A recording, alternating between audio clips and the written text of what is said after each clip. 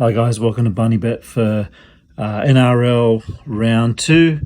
I'm a little bit more organised today, but still not that great. I cleared out an area for me to do the videos, but then I just could not find the flaming camera stand anywhere, so I couldn't set it up, so I just have to do another video like this.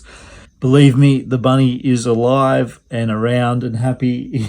He hasn't died or anything like that. That's not the reason why. The reason why is just because I'm always just so busy doing other stuff and can never get organised in time.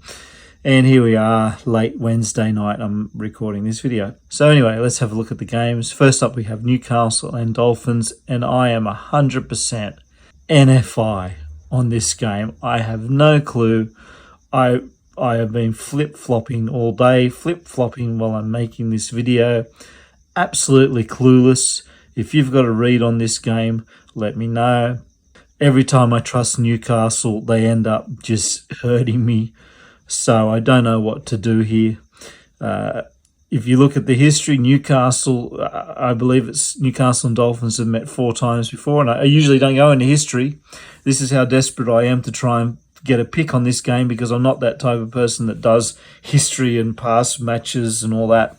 But the history of these two is that they've played 4 times and Newcastle have won 3 of those times. So take of that what you will.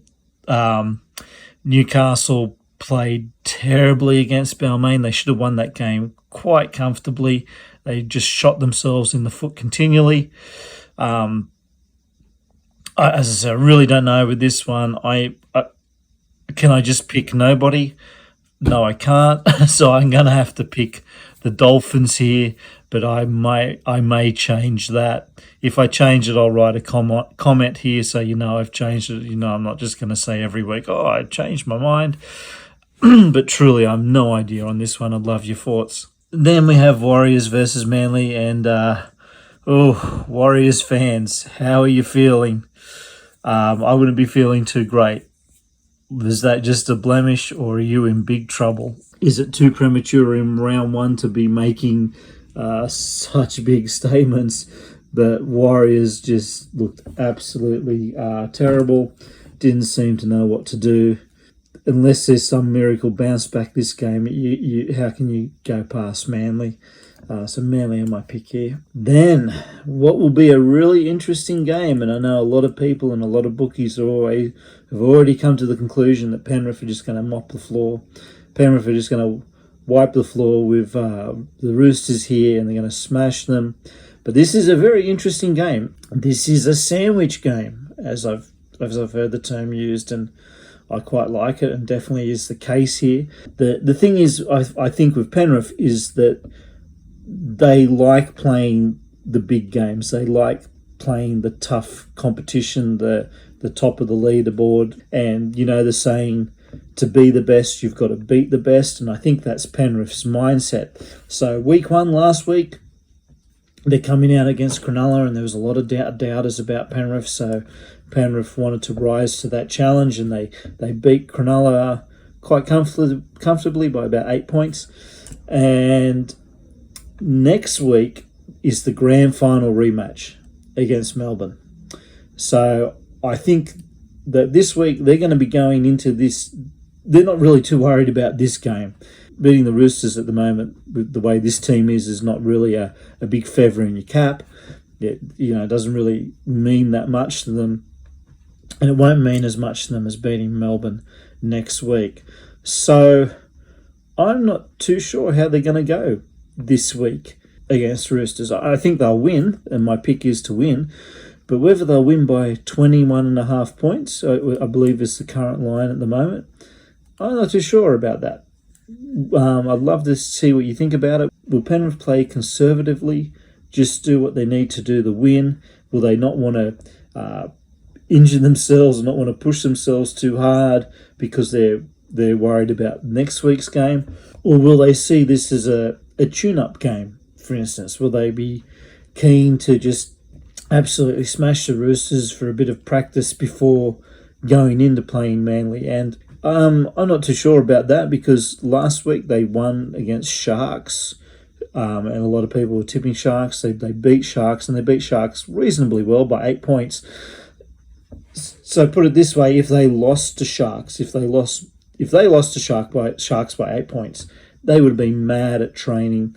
They would have gone into that training session going, right, we need to get right, and we need to smash Roosters this week to get right. But that's not the case, and they won. So I got a feeling that this is not going to be just a slaughter like everyone's expecting it to be.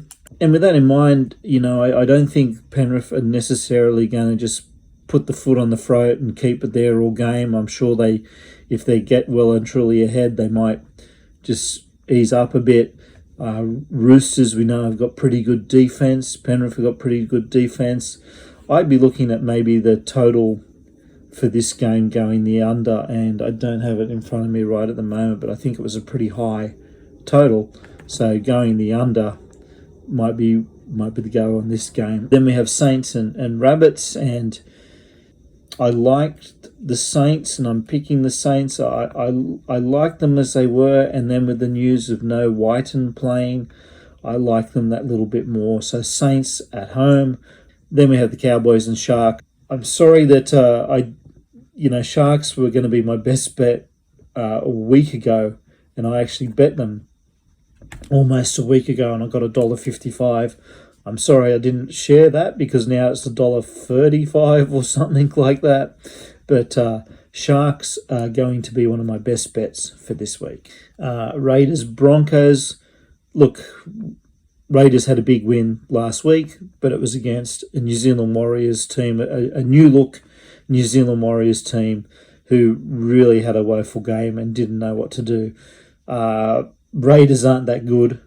They're reasonable and they have their day, but for the most part, they're a bit of an inconsistent team. They can have good wins and they have just bad wins, bad losses. And for that reason, I'm picking Broncos in this game. Parramatta versus Tigers.